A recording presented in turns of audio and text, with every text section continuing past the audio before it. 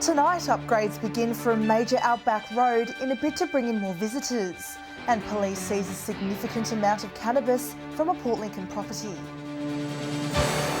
From our 7 Spencer Golf Studios, your nightly news with Ruby Kamain begins now. Good evening.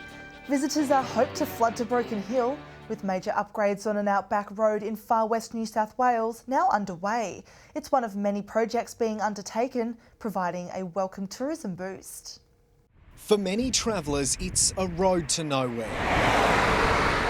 Unsealed and prone to flooding, Pooncarie Road could soon become a bustling tourist route. The sealing of this road will provide tourists with the option of travelling from Wentworth to Menindee on sealed roads, and I fully expect to see a massive spike in the number of people who are willing to take that trip. Contracts have been awarded to businesses in Broken Hill and Menindee. The project expected to cost $25 million. So we're going to see more money around the town and the benefit of having the road in place after June 2023. For businesses in Menindee, it's another shot in the arm, with visitor numbers already high. Even coming to a small town and buying a lunch and a beer or something, that's all it's about. It just injects a little bit of money into the system. Meanwhile, work on Sunset Strip's Walk of Fame will soon get underway, another attraction aiming to draw tourists in. This will be an opportunity to promote the village. Planning approved for a 2-kilometre walk lined with steel cutouts recognising our region's history of filmmaking. We believe this will be a cultural icon, just like the silo trails in other parts of Australia. And while the Menindee lakes are still empty, there are several other lakes that have got water in them, which are, like Covey Hollow, Palmeroo, and Wetherell. They've got, and the river system. Locals trusting the mantra, build it and they shall come. Lachlan Itter, 7 Spencer Golf News. Port Augusta's old powerhouse is set to be transformed following the approval of a development application for a new port facility. The Minister for Planning saying the project aims to create jobs and boost the local economy. From power station to port.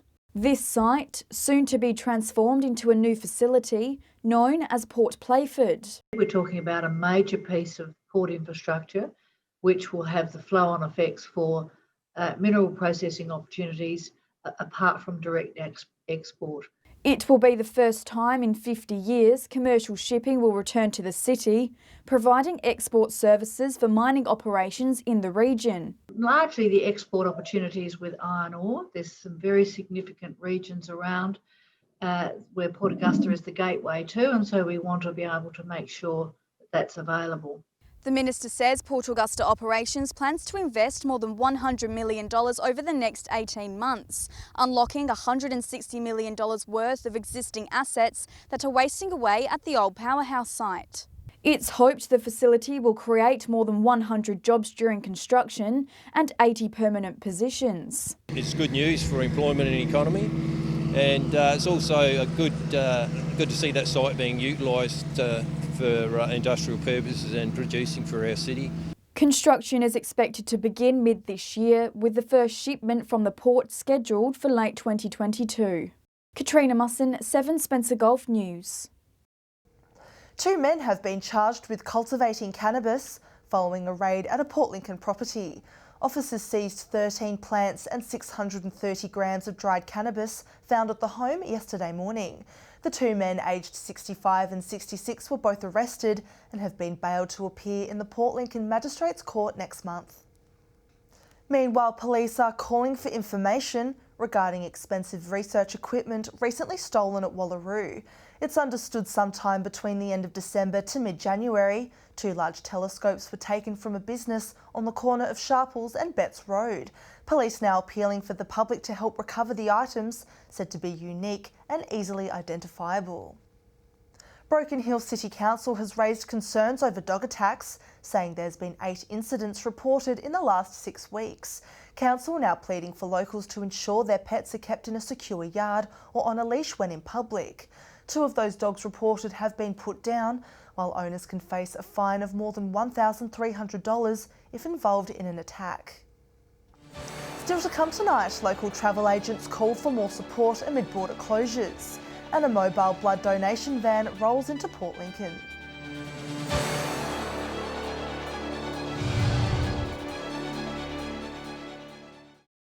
Welcome back. Travel agents are pleading for help following a top health expert revealing widespread international travel is unlikely to begin before the end of the year. It comes as a blow to the industry, still struggling from the pandemic. They're the high street businesses left behind by a global crisis. While much of Australia's economy is on the rebound, travel agents say they've been dealt another blow. Is it unrealistic to expect any widespread reopening of our international borders this year, 2021? Yeah, I think it's a big open question. I think the answer is probably no. Many remaining on the near-ending JobKeeper. The long-term security of the industry still unclear, while international borders stay closed. No industry can go for beyond 12 months with limited support and no income. AFTA now working with the federal government to secure money for a grants package, but there are fears it won't be enough to sustain the industry. 90% of our business is international, and without that it's going to be pretty hard for 12 months. While many travel agents earn most of their income through international bookings, the industry believes state border closures are undermining their ability to capitalise on the domestic tourism boom. They're not game enough. They don't trust the borders. They don't want to get somewhere and have a complete lockdown. In a statement, Tourism Minister Dan Tehan said $128 million had been set aside for the Consumer Travel Support Program, in conjunction with $700 million of other support measures. Lachlan Itter, 7 Spencer Golf News. Meanwhile, South Australia's travel vouchers are set to expire in less than 2 weeks, with the state government encouraging locals to get in quick. The initiative set to help boost the accommodation industry, still recovering from the effects of COVID-19. This could be your next holiday destination. Well, of course they should stop over in Whyalla and use their voucher. I mean, the vouchers are fantastic. I do hope that all the accommodation houses in Whyalla are involved in this campaign. The Foreshore Motel, just one of 7 accommodation destinations on offer in Whyalla, is part of the second round of the travel vouchers. And it's been very, very successful for us. And it's not just Whyalla, with hotels located in Port Lincoln and Port Augusta also on the list. The South Australian Tourism Commission encouraging those who were lucky enough to grab a voucher to get in quick. We've already got about 15,000 bookings that have come through. More than 3,500 rooms have already been booked and stayed in, with a third of those across regional SA. 10 million went in the first round in terms of how much was injected, and it would be fantastic with this second round if it injected more than that. At this stage, it's on track to do that, which is great. Bookings with the vouchers close January 31, with locals to choose a travel date until the end of March. More information can be found online. Sophia Contagonis, 7 Spencer Golf News. More than 300 Port Lincoln locals are expected to roll up their sleeves and donate blood this week as part of the Red Cross Drive. The mobile centre pulling into the city today, calling for more people to donate. Pumping blood for an important cause. The Mobile Blood Donor Centre arriving in Port Lincoln today. If it's something you can do and we can do in the community, and if they're going to come over here so that we don't have to go to Adelaide or something like that, then it's a help. More than 300 locals expected to roll up their sleeves this week, donating blood and plasma. For some donors, the cause hits close to home. Somebody saved my life years ago, so I'm just repaying the favour. I had a serious motorcycle prem. 1 in 3 Australians are expected to need blood in their lifetime, from fighting cancer to road accidents. Someone you might know might need a blood product at some stage. Some locals wanting to see the mobile service travel to more rural towns. They're always screaming out for blood, so you've got to apply the service. I know it's a cost factor, but you've still got to get there. Despite being fully booked out during this visit, Lifeblood says it's still in desperate need for more donations, encouraging anyone travelling to Adelaide this weekend to drop by a donor centre. With more than 100 donors needed on Australia Day. It's something I can give without having to think about it. It's just my time and that's all. So someone will need my blood, so hopefully it's useful to someone. Nathan Regter, 7 Spencer Golf News. Stay with us after the break. Rehearsals get underway for a festival returning to Whyalla, and a Port Lincoln charity shop receives special donations to help the cause.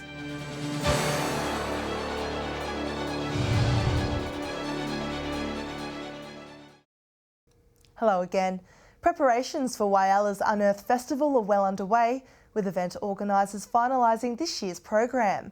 Performers for one of this year's shows now rehearsing, ready to also take centre stage at the Adelaide Fringe. Warming up for the upcoming show. These children today starting 3 days of intensive rehearsals, refining their performance skills. So I'm directing a show with D-Faces, which is the show that we're rehearsing today, which we're taking to the Adelaide Fringe, and then we're going to bring back and remount again for Unearth. Wyalla's annual Unearth Festival, set for March, seeing a range of acts and performers put on different activities for the community. The annual film festival also making a return in a slightly different way. So we're actually rebranding from Whyalla Film Festival to Regional Film Festival for 2021 and into the future, just so that we can make more sense that we're reaching out to other communities. A pop-up film screening outdoors also on the cards for this year's festival, but there won't be the usual community event down at Wyalla's Adarian Gardens, with event organisers trying something new, aiming to help promote other venues across the city. This year we are not doing the big community day due to the restrictions around COVID and the risk for us as an organisation to end up spending all of that money on something that got cancelled last year, unfortunately. Event organisers say the Unearth program will be released mid-February, with acts to be announced on socials. Sophia Contagonis, 7 Spencer Gulf News. A Port Augusta physiotherapy centre is urging residents to keep their health in check, soon hosting an information night. Health professionals say they'll teach firsthand how to keep healthy and moving. Bringing a healthy lifestyle to the country. We are excited about this new year, bringing the information night to the people. It's all about making Port Augusta move. This physiotherapy centre aiming to provide a wide range of services across the region, helping locals avoid making the long trip to Adelaide. We want to be able to provide the absolute best treatment possible that is usually only available in the city, and we really strongly feel that just because you live in the country, you shouldn't have to miss out on the absolute best services. After the success of their Healthy Knee program, the centre is hosting a free information night for residents to hear from professionals.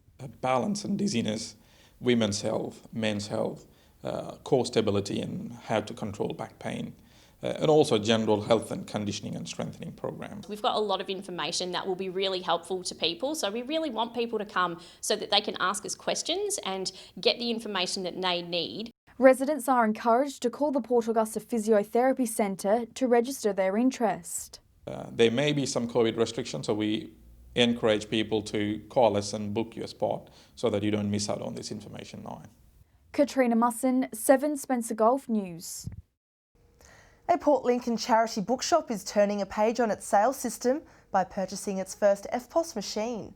A sponsorship with Bendigo Bank helping the store keep up with the large volume of customers coming through its doors. So now that we have the electronic system, the EFTPOS system, we've had some amazing sales. People are very willing to spend more money, and it's just been a really great improvement for our shop here. Perfect timing, with staff saying sales are at a record high. Stay with us after the break. Shari Hams will join us with Weekend Sport, and we'll have all the weather details with Alex.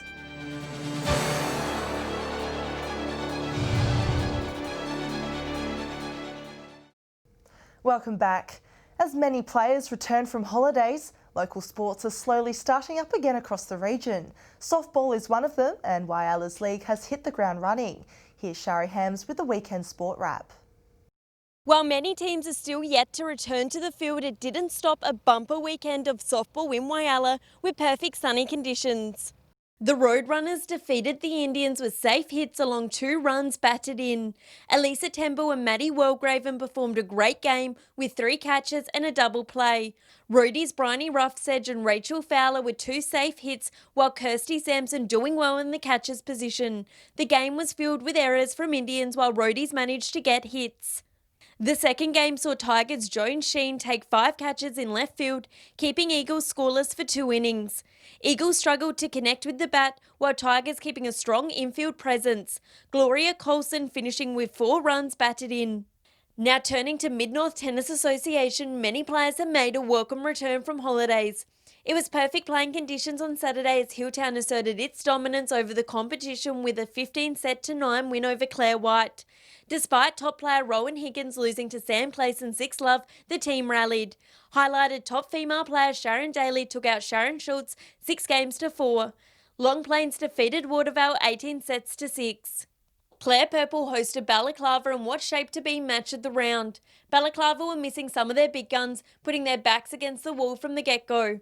Belinda Dare and Katie Liebelt both set the tone for the ladies with dominant wins, while import Sam Schroeder hit his straps with a 6-1 victory, setting up a 19-5 triumph for the home side. Blythe also defeating Mintero 23-1. That's all for sports from across the region. If you would like your team's results featured, let us know through our Facebook page. Time now to take a look at what's happening in the weather. Here's Alex. Thanks, Ruby. It's been a mostly sunny day across the region. From 3 p.m. today, Port Augusta was a max of 30. Port Lincoln had the region's lowest temperature of 22. Cleve a degree warmer with 23. Cooper Pedy with the region's top 33 degrees. Whyalla sunny and 26. Port Pirie had a sunny 32. Woodner mostly sunny and reached 31. Kadina had a top of 23. Clare 27. And it was sunny in Adelaide and Broken Hill, both with a maximum temperature of 28 degrees. Taking a look at the satellite image now, patchy low cloud over southern parts of SA in onshore winds is not producing any rain. Wispy jet stream cloud over central parts is not rain bearing. Skies are clear elsewhere under high pressure and a dry air mass. Moving on to tomorrow's weather outlook now, and we'll start with the Gulf waters. Southeasterly winds 15 to 20 knots, seas between 1 and 1.5 metres. South to southwesterly swell also between 1 and 1.5 metres. Those sunny conditions continuing throughout most of the region tomorrow. Port Lincoln set to top 28, Cleve to reach 34 degrees, while it's set to get to a high of 37 in Woodner. Whyalla sunny and a top of 33. Port Augusta set to get to a high of 37. Kadina 33 degrees. Port Pirie 36. Clare and Broken Hill both set to reach a high of 33. Taking a look further through the week now, mainly fine conditions on Thursday with temperatures heating up further. Windy in Whyalla 37, Cooper Pedy and Port Pirie both sunny and 40, Broken Hill 36, Port Augusta with the region's top 41, Port Lincoln set to reach 31, Woodner will get to a max of 39, Kadina and Adelaide both partly cloudy and a top of 35 degrees. Conditions clearing on Friday with it set to be sunny across the region. Partly cloudy in Cooper Pedy to top 42 degrees, sunny in both Broken Hill and Port Augusta 39, 37 in Port Pirie, 34 in Kadina, 29 in Port Lincoln, a top of 33 in Whyalla, 40 in Woodner, a degree cooler in Port Augusta 39, and if you're heading to Adelaide, it'll be sunny and 32 there. And mainly fine conditions on Saturday with temperatures mostly in the low to mid 40s, partly cloudy and 41 in Cooper Pedy. Port Augusta will be sunny and have the region's top temperature of 44 degrees, 40 in Broken Hill, Whyalla and Kadina, 43 in Woodner, Port Pirie to reach 42 degrees, Port Lincoln with the region's lowest temp 35 degrees and a sunny 39 in Adelaide. So certainly make the most of the slightly cooler conditions before it heats up on the weekend, Ruby, and that's all the weather from me for tonight. Back to you. Lovely, thanks for that, Alex. And that's the local news this Tuesday evening. Thanks for joining us. I'll have updates later. Until then, enjoy your evening. Good night.